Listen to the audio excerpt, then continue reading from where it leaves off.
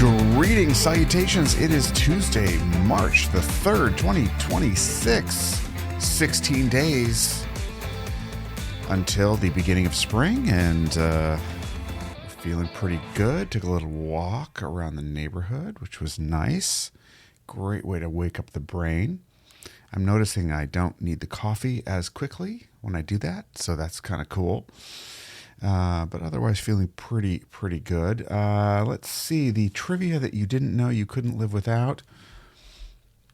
Today, in 1812, the first U.S. foreign aid bill authorized $50,000 for relief of victims of an earthquake in Venezuela, of all places. And a second piece of trivia is that the Missouri Compromise was passed by U.S. Congress, with President James Monroe signing it back in on March 6th. The legislation designated that Maine would be admitted to the Union as a free state and Missouri as a slave state. Maine became a state on March 15th, 1820. Missouri became a state on August 10th, 1821. And that compromise, as they call it, was on this day in 1820. All right, so there's a little U.S. history nugget or nuggets to begin here. And I only say those just in the context of what's going on now. I just think it's interesting to look back and see what's changed and what hasn't changed over the years. But I digress. So what's going on? Well, let me get my coffee here. I need a little coffee. Hang on. I'm going to take a sip. First sip of the day of the coffee. Very good. Yeah, man. So the beat goes on. I've got a client, we talked, we were introduced by a mutual contact, agreed to do some work, set up a date, and the contact needed to make a booking, a reservation at a studio, and that's it. And he stopped communicating, and I had the date reserved, and I could feel the pull of wanting to just keep going at him. Like, dude, you said you were going to do this. I've blocked off my morning and turned down meetings for this time, and now he's disappeared. And it's taking me back to when I was first in sales, and way too many years ago than I want to admit. I used to get really bent out of shape about this stuff.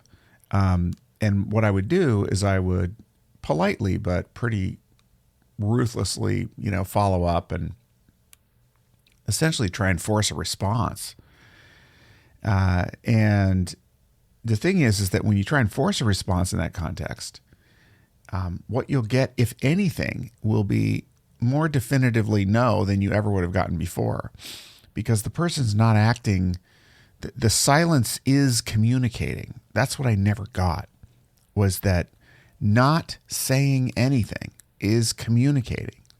Ghosting is communicating. It's sending a clear message. You don't know why, but the message is that either something's changed, or I'm not into it, or I was never into it. But whatever it is, you're getting a signal. And I failed to appreciate that when I was younger.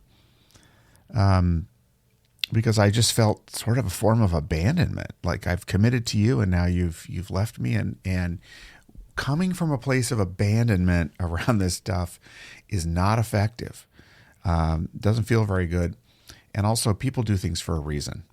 And, one thing I've learned is that one should never underestimate the power of reasons that you never had any idea existed, that have nothing to do with you. And so these days I take a different tact. I mean, I could spend my time trying to follow up on this little project, pretty small one. But if we've met, if he wants to come back, he can come back, and we'll see if that deal makes sense anymore. It may not, but live and let live. Let the flow go. If something changed on his end, and he's not comfortable or doesn't have time or just is too distracted to respond, then you just, move forward and get another client. That's the bottom line. So I'm just really needing to lean into that sort of energy of going with the flow, literally and figuratively. The flow and the energy of people to get over the hump to this next phase of sustainability, because that's what I'm on the cusp of. That's what needs to happen is you get the first bump from the business, the first hits, and then it's working through the lull after the first hits, and that's where I'm at right now. And in the meantime, I'm going to go do some great networking. I've got a couple of really cool projects that I am working on with clients, and put my energy into that. And who knows, maybe this client will come back at some point. I don't know. I hope he's well, but that's for other powers to decide.